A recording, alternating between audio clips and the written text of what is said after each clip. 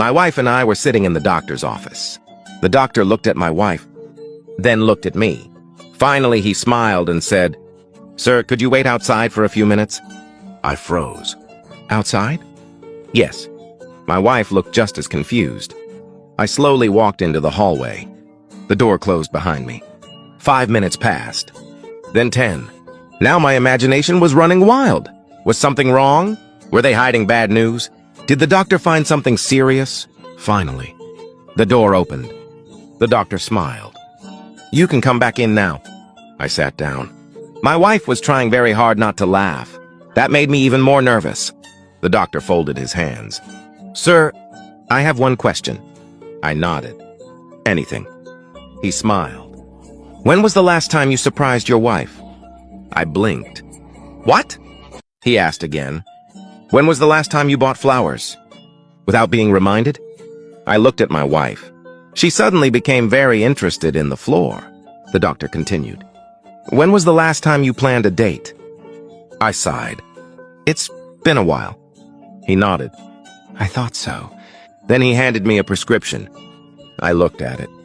It said, "Flowers once a week, dinner together twice a month, compliments daily." I frowned. "This isn't medicine." The doctor smiled. "No." Nun and a priest were crossing the Sahara Desert on a camel. On the third day out, the camel suddenly dropped dead without warning. After dusting themselves off, the nun and the priest surveyed their situation. After a long period of silence, the priest spoke. "Well, sister, this looks pretty grim." "I know, Father. In fact, I don't think it likely that we can survive more than a day or two." "I agree." "Sister, since we are unlikely to make it out of here alive, would you do something for me?" "Anything, Father." "I have never seen a woman's front beauty, and I was wondering if I might see yours." "Well, under the circumstances, I don't see that it would do any harm." The nun opened her habit, and the priest enjoyed the sight, commenting frequently on their beauty. "Sister, would you mind if I touched them?" She consented, and he fondled them for several minutes. "Father, could I ask something of you?" "Yes, sister. I have never seen a man's manhood. Could I see yours?" "I suppose that would be okay," the priest replied, lifting his robe. "Oh, Father, may I touch it?"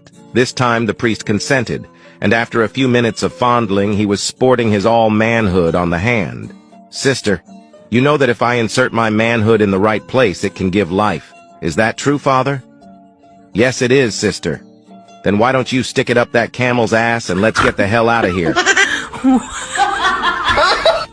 Two nuns were in back of the convent smoking cigarettes when one said, "It's bad enough that we have to sneak out here to smoke, but it really is a problem getting rid of the cigarette butts so that Mother Superior doesn't find them." The second nun said, "I've found a marvelous invention called the condom, which works really well for this problem. You just open the packet up, take out the condom, and put the cigarette butt in, roll it up, and dispose of it all later." The first nun was quite impressed and asked where she could get some of these condoms. The second nun said, "You get them at the drugstore, sister. Just go and ask the pharmacist for them." The next day, the good sister went to the drugstore and walked up to the counter. "Good morning, sister," said the pharmacist. "What can I do for you today?" "I'd like some condoms, please," said the nun. The pharmacist was a little taken aback, but recovered soon enough and asked, "How many boxes would you like?" "There are 12 to a box." "I'll take 6 boxes that should last about a week," said the nun. The pharmacist was truly flabbergasted by this time, and was almost afraid to ask any more questions, but his professionalism prevailed, and he asked in a clear voice, "Sister,